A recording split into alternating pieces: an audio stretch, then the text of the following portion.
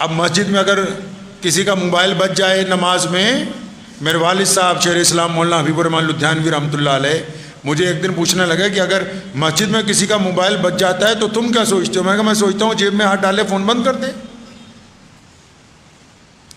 تو میں نے آپ کیا سوچتے ہو بھائی؟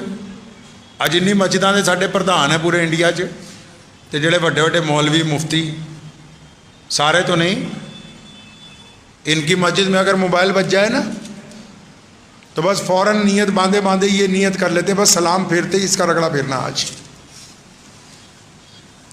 نیت باندھے باندھے ہی اگلی نیت بھی کر لیتے ہیں ساتھی میں کہ بس سلام پھیرتے ہی پہلے آج اس کا جنازہ نکالیں، اس کا روز فون بجتا ہے۔ تو میں نے اپنے والد صاحب رحمۃ اللہ علیہ سے پوچھا کہ آپ کیا سوچتے ہیں؟ فرمانے لگے کہ میں یہ سوچتا ہوں بیٹا کہ جو بندہ میرے ساتھ نماز پڑھ رہا ہے، کیونکہ اکثر مسجدوں میں محلے کے لوگ ہی نماز پڑھتے ہیں، ایک دوسرے کو جاننے والے پڑھتے ہیں، تو فرماتے مجھے کہنے لگے کہ میں یہ سوچتا ہوں کہ اگر کسی کا فون بجتا ہے تو میرے دل میں خیال آتا ہے کہ اللہ تعالیٰ یہ جو گھنٹی بجی خیر والی ہو، پریشانی والی نہ ہو، کیونکہ گھر والوں کو تو پتہ ہی ہے عشاء پڑھنے آیا ہے، فجر پڑھنے آیا ہے، جو گھنٹی بجی ہے خیر والی ہو جائے تو ہماری تو فون کی گھنٹی بھی طے کر دیتی ہے کہ ہم نماز ہماری قبول ہو رہی ہے یا نہیں قبول ہو رہی۔ گھنٹی بجنے پہ جن کا ارادہ اپنے بھائی کو ذلیل کرنے کا ہے، اپنے بھائی کو پریشان کرنے کا ہے، تو ان کی نمازیں تو ایک موبائل کی گھنٹی بھی طے کر رہی ہے کہ تم اللہ تعالیٰ کے حضور کھڑے ہو، وہ تمہیں یہی نہیں پتا کہ تم نماز میں کھڑے ہو، اور ایک گھنٹی نے تمہاری نماز متاثر کر دی ہے۔ کیس کے آگے، کیس گزر گیا نا کسی کے آگے سے، کیس کو جانتے ہیں؟ مجنو گزر گیا کسی نمازی کے آگے سے، بہت آگے سے گزرا، تو اس نمازی نے سلام پھیرتے جا کے مجنو کا گریبان پکڑ لیا۔ مجنو عرب کا رہنے والا تھا، لیلا کا جو عاشق تھا، وہ جب گزرا نا آگے سے تو بھاگ کے اس کو جا کے پکڑ لیا نمازی نے کہ تم کیسے گزرا میرے آگے سے، تجھے پتہ نہیں میں نماز پڑھ رہا ہوں؟ تو کیس نے کہا، مجنو نے کہا اسے، اس نمازی کو، کہنے لگا یار تو پتہ نہیں کیسی نماز پڑھتا ہے، اور مجھے تو لیلا کے عشق میں کوئی نظر ہی نہیں آیا، لیلا کے عشق میں کوئی نظر نہیں آیا، اب تو پتہ نہیں کیسا اللہ سے عشق کرتا ہے کہ تجھے اتنی دور نماز پڑھتے ہوئے میں نظر آ گیا کہ میں تیرے آگے سے گزر گیا ہوں۔ لوگ نماز بھی پڑھتے ہیں، دوسروں کی نماز کا بھی حساب رکھتے ہیں۔ ہمارے ایک بڑے میاں تھے، وہ سلام پھیرتے ہی پہلے دائیں بائیں پیچھے تک دور تک دیکھتے تھے، تو میں بچپن میں ان کو مذاق میں پوچھا کرتا تھا کہ چچا رجسٹر تمہارے ہاتھ میں تو نہیں اللہ نے پکڑا دیا کس کس کی حاضری لگانی ہے؟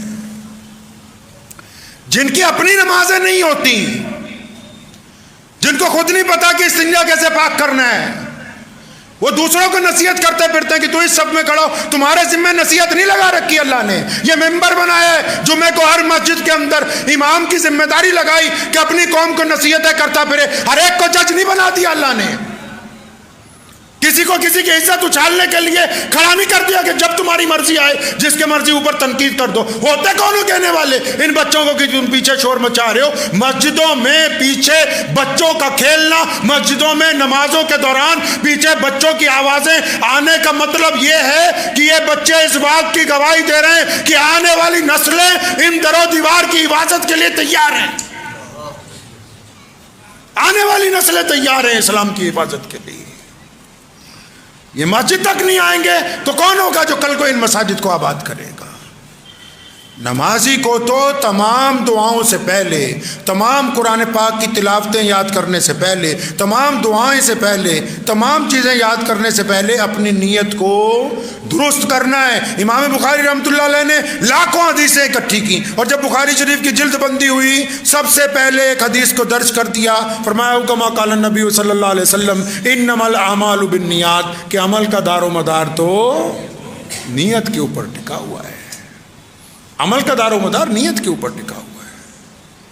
اگر نیت اچھی ہے تو سب کچھ درست ہے، نیت درست ہونی چاہیے۔ آپ کو پتہ ہے نا کہ اگر ہم دوسری رکعت میں غلطی سے درود شریف پڑھ لیں 4 رکعت کی نماز میں، تو امام اعظم رحمۃ اللہ علیہ نے سجدہ صاحب لازمی کر دیا، تو کسی صاحب نے حضرت امام صاحب رحمۃ اللہ علیہ سے پوچھا تھا کہ یار دوسری رکعت میں اگر ہم اتحیات کے بعد درود شریف پڑھ لیتے ہیں، اچانک یاد آتا ہے کہ 2 رکعت اور پڑھنی ہے، تو پڑھا تو درود شریف ہی ہے، ثواب کا کام ہے، آپ نے اس پہ بھی جرمانہ لگا دیا، اس پہ بھی سجدہ صاحب لازم کر دیا، پینلٹی لگا دی۔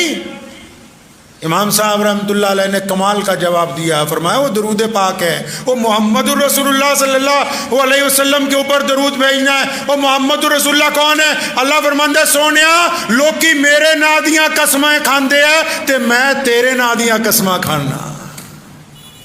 لوگ اللہ کے نام کی قسمیں کھاتے ہیں اور اللہ محمد الرسول اللہ کو طٰہٰ یاسین اللہ تبارک تعالیٰ محمد الرسول اللہ کا کہتے ہیں۔ وہ امام اعظم نے فرمایا درود پڑھنا ثواب کا کام ہے، لیکن رسول اللہ پر درود بنا نیت کے اچانک پڑا، مطلب وہ تعظیم نہیں ہوئی، وہ عظمت نہیں آئی، اس لیے سجدہ سیف لازم قرار دے دیا گیا۔